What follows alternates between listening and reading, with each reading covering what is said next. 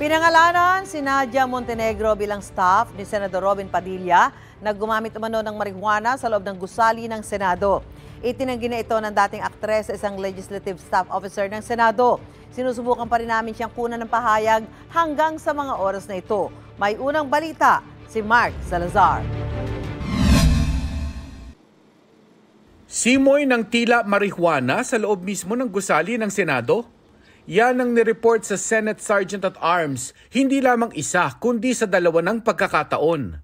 Batay sa incident report ni LSO-1 Victor Patelo, itinawag sa kanya noong Hulyo ang tungkol sa malakas na amoy sa 5th floor. Nang inspeksyonin, wala raw siyang nakitang naninigarilyo.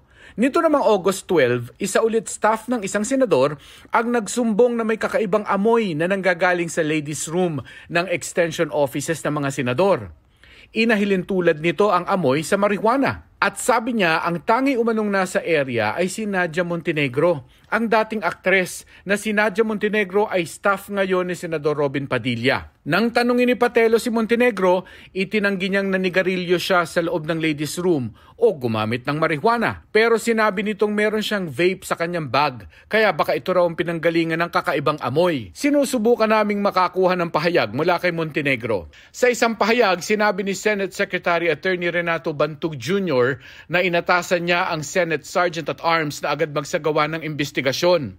Sa utos din ni Senate President Chis Escudero, ipinadala ng Secretary of the Senate ang incident report tungkol sa umano'y paggamit ng marijuana sa opisina ni Senator Padilla para sa kanyang kaalaman at naaakmang aksyon. Hindi pa nagbibigay ng pahayag si Senador Padilla, pero ayon sa kanyang Chief of Staff na si Attorney Rudolph Philip Jurado, iniimbestigahan na nila ito at pinagpapaliwanag na rin ang nasa sangkot nilang lady staff. Ito ang unang balita, Mark Salazar para sa GMA Integrated News.